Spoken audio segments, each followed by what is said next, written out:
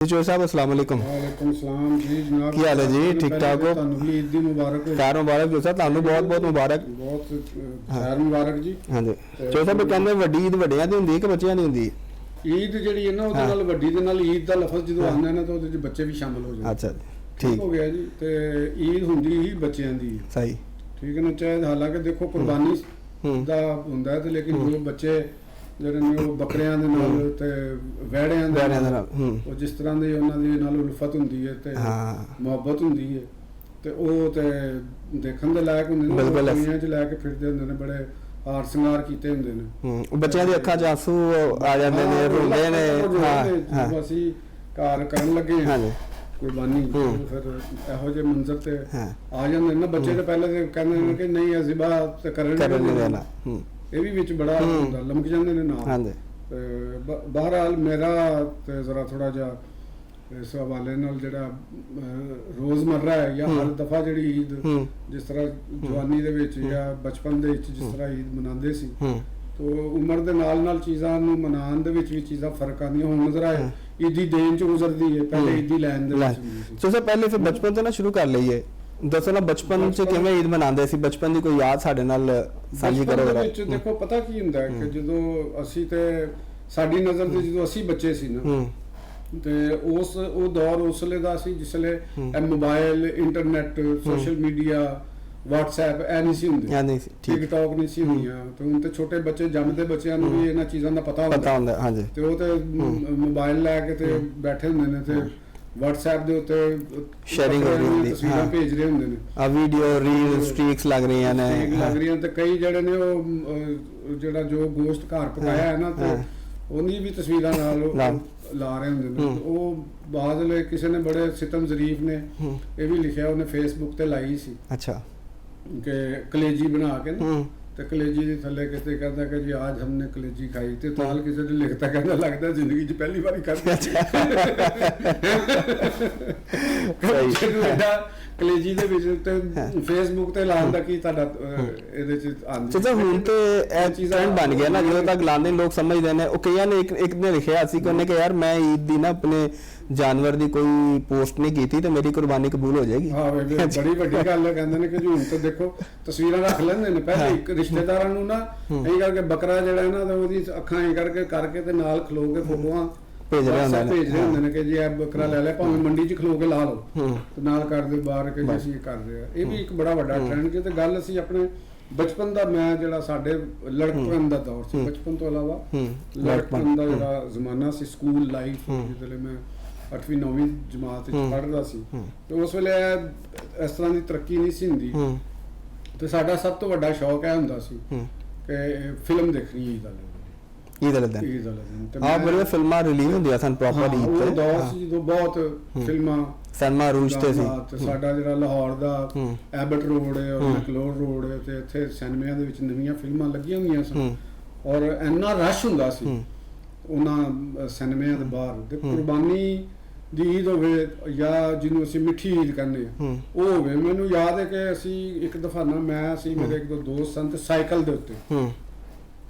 ਦੇ ਉੱਤੇ ਅਸੀਂ ਗੁਲਿਸਤਾਨ ਸਿਨੇਮੇ ਦੇ ਵਿੱਚ ਜਾਣਾ ਸੀ ਫਿਲਮ ਦੇਖਣ। ਅੱਛਾ ਈਦ ਦਾ ਦਿਨ ਸੀ ਤੇ ਗਰਮੀਆਂ ਇੰਝ ਹੀ ਸਨ ਤੇ ਸਾਈਕਲ ਦੇ ਉੱਤੇ ਬੈਠੇ ਹਾਂ ਤੇ ਇੱਕ ਭਾਈ ਸਾਹਿਬ ਅੱਗੇ ਬੈਠੇ ਨੇ ਡੰਡੇ ਤੇ।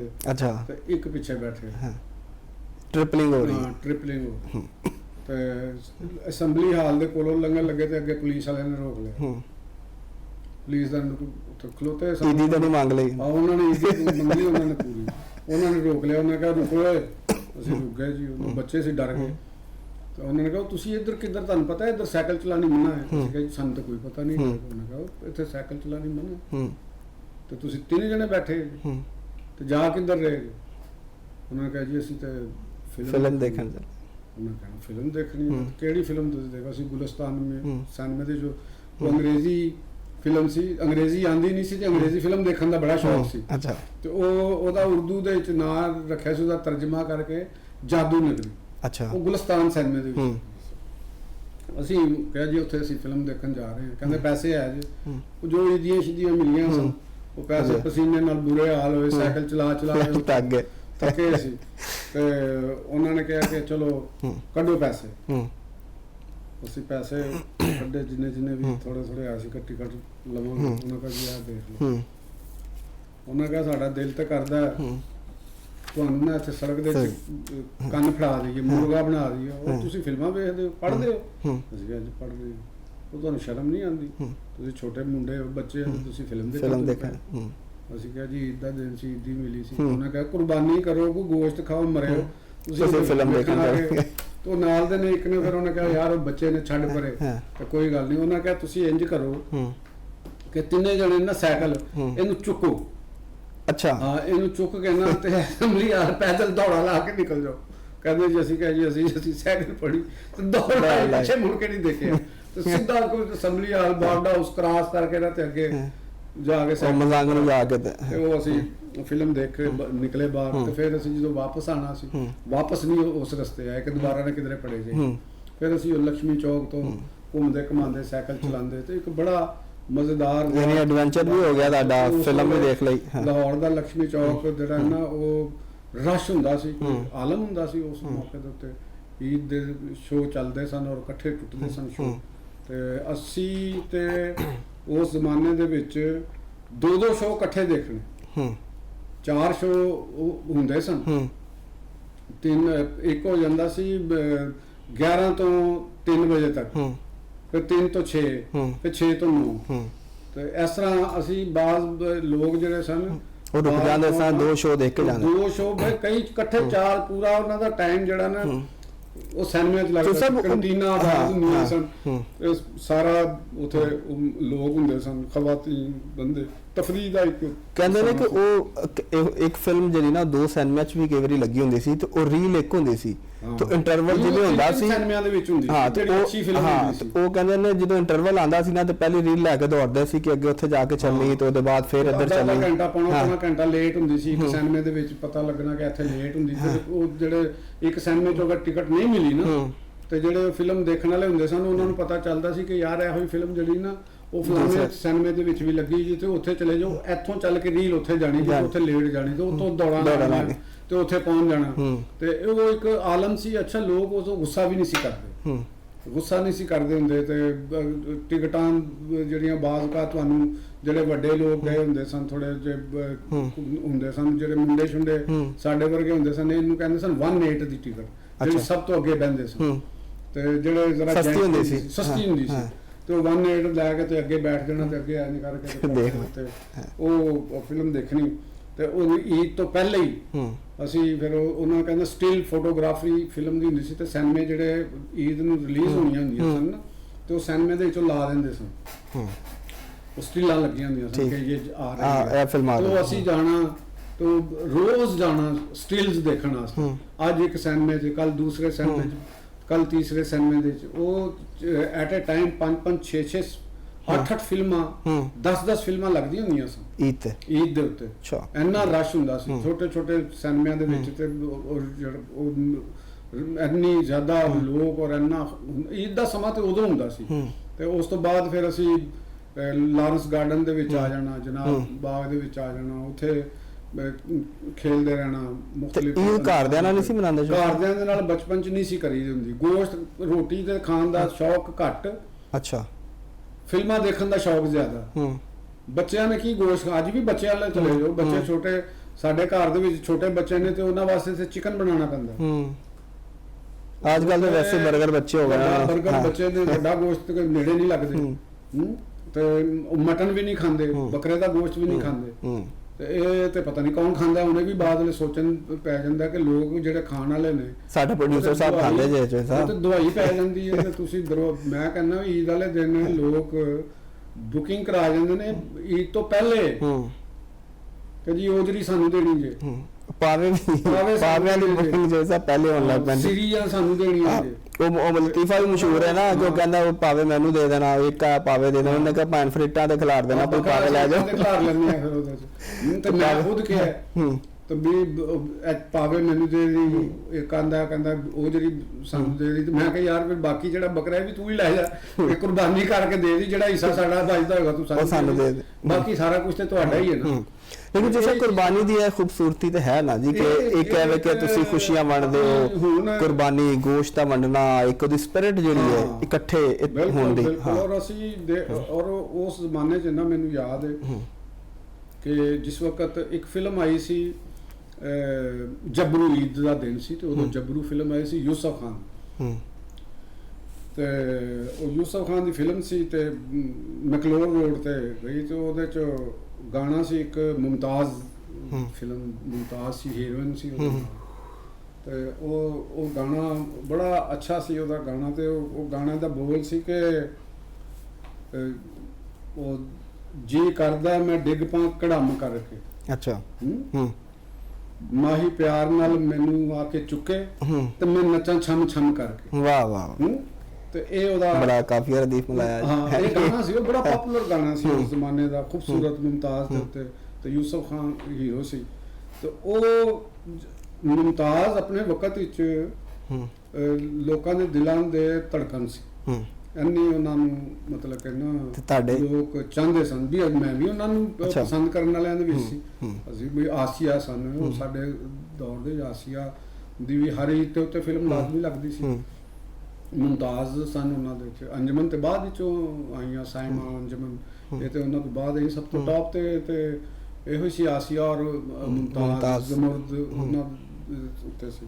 ਤੇ ਉਹ ਜਿੱਥੇ ਅਸੀਂ ਬੈਠੇ ਸੀ ਨਾ ਤੇ ਉਹ ਕੁਝ ਜ਼ਿਆਦਾ ਸ਼ੌਕੀਨ ਸਨ ਉੱਥੇ, ਤੇ ਜਿਸ ਵੇਲੇ ਉਹ ਗਾਣਾ ਲੱਗਣਾ, ਜਿਸ ਵੇਲੇ ਵੀ ਉਹ ਗਾਣਾ ਸ਼ੁਰੂ ਹੋਣਾ, ਮੈਂ 2-3 ਦਫਾ ਉਹ ਫਿਲਮ ਦੇਖੀ, ਤੇ ਉਹ ਭਾਈ ਸਾਹਿਬ ਵੀ ਪਤਾ ਨਹੀਂ ਉਦੋਂ ਹੀ ਆਉਂਦੇ ਸਨ, ਤੇ ਉਹ ਉਹਨੇ ਉਧਰ ਮੁਮਤਾਜ਼ ਦਾ ਆਇਆ, ਉਹਨੇ ਗਾਣਾ ਗਾਇਆ ਕਿ ਜੀ ਕਰਦਾ ਮੈਂ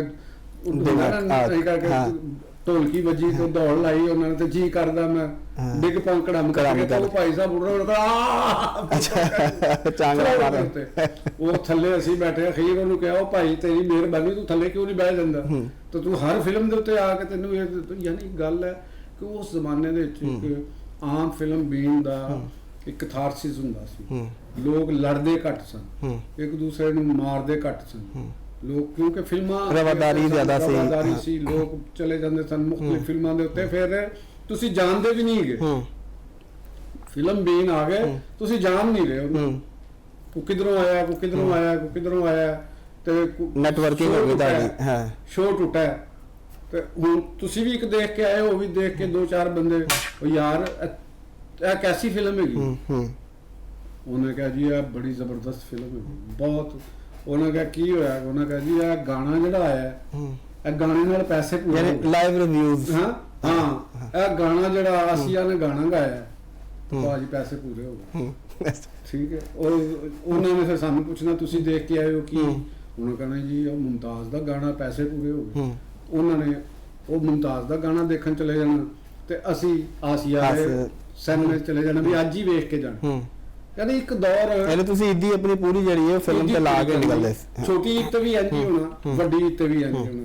ਸਾਨੂੰ ਅੱਜ ਵੀ ਜਿਹੜੇ ਸਾਡੇ ਨੌਜਵਾਨ, ਅੱਜ ਦਾ ਨੌਜਵਾਨ ਤੇ ਮਤਲਬ ਕਿ ਉਹ ਇੱਕ ਕਿਸਮ ਦਾ ਡੱਬੇ 'ਚ ਬੰਦ ਹੋ ਗਿਆ ਨਾ, ਜਿਹਦਾ ਉਹਨੂੰ ਸਾਰੀ ਐਕਸੈਸ ਹੀ ਇੰਟਰਨੈਟ ਮੋਬਾਈਲ 'ਚ ਆ ਗਿਆ ਨਾ, ਸਾਰਾ ਕੁਝ ਇੱਕ ਕਮਰੇ ਦੇ ਵਿੱਚ ਬੰਦ ਕਰ ਦਿੱਤਾ। ਹੁਣ ਤਾਂ ਸੀਜ਼ਨਸ ਆਉਂਦੇ ਨੇ, ਲੋਕ ਸੀਜ਼ਨਸ ਦੇਖ ਰਹੇ, ਡਰਾਮਾਸ ਦੇਖ ਰਹੇ ਨੇ ਮੋਬਾਈਲ 'ਤੇ। ਅੱਜ ਜੇ ਪੋਸ਼ ਏਰੀਆਜ਼ ਦੇ ਵਿੱਚ ਚਲੇ ਜਾਓ, ਤੁਹਾਨੂੰ ਉੱਥੇ ਈਦ ਦੀ ਉਸ ਤਰ੍ਹਾਂ ਗਹਿਮਾ ਗਹਿਮੀ ਤੁਹਾਨੂੰ ਨਹੀਂ ਨਜ਼ਰ ਆਏ, ਖਾਮੋਸ਼ੀ ਨਜ਼ਰ ਆਏਗੀ।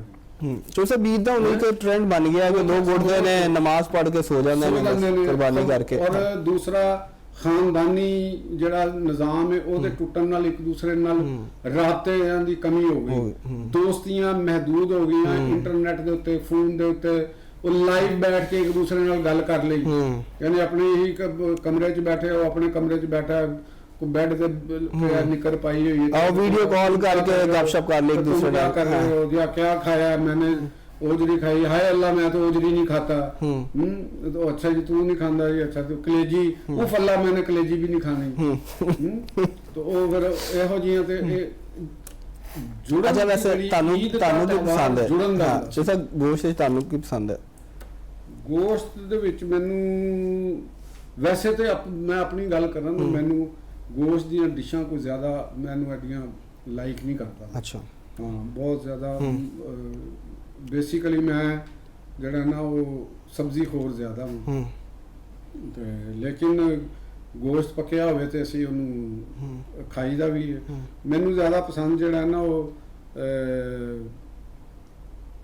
ਕੜਾਈ ਟਾਈਪ ਨਹੀਂ ਹੁੰਦਾ ਬਣਿਆ, ਉਹ ਗੋਸ਼ਤ ਮੈਨੂੰ ਅੱਛਾ ਲੱਗਦਾ ਹੈ। ਠੀਕ, ਛੋਟਾ ਗੋਸ਼ਤ, ਛੋਟਾ ਗੋਸ਼ਤ ਬਣਿਆ ਹੋਵੇ ਬੱਕਰੇ ਤੇ ਉਹਨੂੰ ਜਰਾ ਯਾਨੀ ਤੁਸੀਂ ਸ਼ੌਕੀਨ ਨਹੀਂ ਹੋ, ਤੁਹਾਨੂੰ ਕੋਈ ਰਾਨ ਰੋਸਟ, ਕੋਈ ਚਾਂਪ, ਕੋਈ ਇਸ ਤਰ੍ਹਾਂ ਦੀ ਚੀਜ਼ਾਂ ਇਹ ਤੁਸੀਂ ਸ਼ੌਕੀਨ ਜ਼ਿਆਦਾ ਨਹੀਂ। ਰਾਨ ਰੋਸਟ ਬੱਚੇ ਘਰ ਦੇ ਵਿੱਚ ਤੇ ਇਹ ਉਹ ਜਾਂਦੇ ਨੇ ਰਾਨ ਰੋਸਟ ਕਰਾਉਣ ਵਾਸਤੇ ਤੇ ਉਹ ਚੀਜ਼ਾਂ ਕਰਨ ਵਾਸਤੇ, ਲੇਕਿਨ ਤੁਸੀਂ ਮੇਰੀ ਆਪਣੀ ਜ਼ਾਤ ਦੀ ਗੱਲ ਕਰੋਗੇ ਤੇ ਫਿਰ ਮੈਨੂੰ ਆਪਣੇ ਦੋਸਤਾਂ ਦੇ ਨਾਲ ਬੈਠ ਕੇ ਗੱਪਾਂ ਮਾਰਨ ਦਾ ਜ਼ਿਆਦਾ ਮਜ਼ਾ ਆਉਂਦਾ ਹੈ, ਗਾਣੇ ਗਾਉਣ ਦਾ ਜ਼ਿਆਦਾ ਮਜ਼ਾ ਆਉਂਦਾ ਹੈ।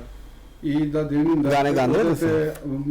ਨਾ ਵੀ ਇਹ ਦੇਖੋ ਕਹਿੰਦੇ ਨੇ ਕਿ ਹਰ ਬੰਦਾ ਜਿਹੜਾ ਦੁਨੀਆ ਤੇ ਆਇਆ ਤੇ ਜਵਾਨ ਹੋਇਆ ਉਹ ਬਾਥਰੂਮ ਸਿੰਗਰ ਜ਼ਰੂਰ ਹੈਗਾ, ਭਾਵੇਂ ਜਿੰਨੀ ਮਰਜ਼ੀ ਉਹਦੀ ਭੈੜੀ ਆਵਾਜ਼ ਬੱਕਰੇ ਵਰਗੀ ਵੀ ਹੋਵੇ, ਉਹਨੇ ਕੋਈ ਨਾ ਕੋਈ ਗਾਣਾ ਤੇ ਉਹਨੇ ਗਾਇਆ। ਜਿਵੇਂ ਮੈਂ ਤੁਹਾਨੂੰ ਕਹਿਤਾ ਜੀ ਕਰਦਾ ਭਾਵੇਂ ਕੜਮ ਕਰਕੇ। ਤੇ ਚੋ ਸਾਹਿਬ ਬ੍ਰੇਕ ਦਾ ਟਾਈਮ ਹੋ ਗਿਆ, ਮੈਂ ਕਹਿੰਦਾ ਤੁਸੀਂ ਗਾਣਾ ਗਾਓ ਤੇ ਬ੍ਰੇਕ ਹੋਰ ਤੇ ਲੈ ਲੈਣੇ ਸਾਰੀਆਂ ਮੇਰੇ ਕੋਲੋਂ ਪੁੱਛਣੀਆਂ ਕੁਝ ਆਪਣੀਆਂ, ਮੈਂ ਹੁਣ ਫਿਰ ਬ੍ਰੇਕ ਤੋਂ ਬਾਅਦ ਹੀ ਦੱਸਾਂਗਾ ਤੁਹਾਨੂੰ, ਲੇਕਿਨ ਤੁਹਾਡੇ ਗਾਣਾ ਸੁਣਨਾ ਤੁਹਾਡੇ ਕੋਲੋਂ। ਕੁਝ ਕਹਿ ਜਾ ਤੇ ਕੁਝ ਮੇਰੇ ਕੋਲੋਂ ਸੁਣ ਜਾ, ਵੀ ਆ ਜਾ ਬਹਿ ਜਾ, ਕੁਝ ਦੱਸ ਜਾ ਤੇ ਕੁਝ ਮੇਰੇ ਤੋਂ ਸੁਣ ਜਾ। ਵਾਹ, ਤੇ ਬਸ ਮੇਰਾ ਖਿਆਲ ਹੈ ਕਿ ਵੀ ਦੋ ਵਕਫੇ ਤੋਂ ਬਾਅਦ ਤੇ ਆ ਜਾ ਬਹਿ ਜਾ, ਫਿਰ ਕੁਝ ਕਹਿ ਜਾ ਤੇ ਕੁਝ ਮੇਰੇ ਤੋਂ ਸੁਣ। ਠੀਕ ਹੋ ਗਿਆ।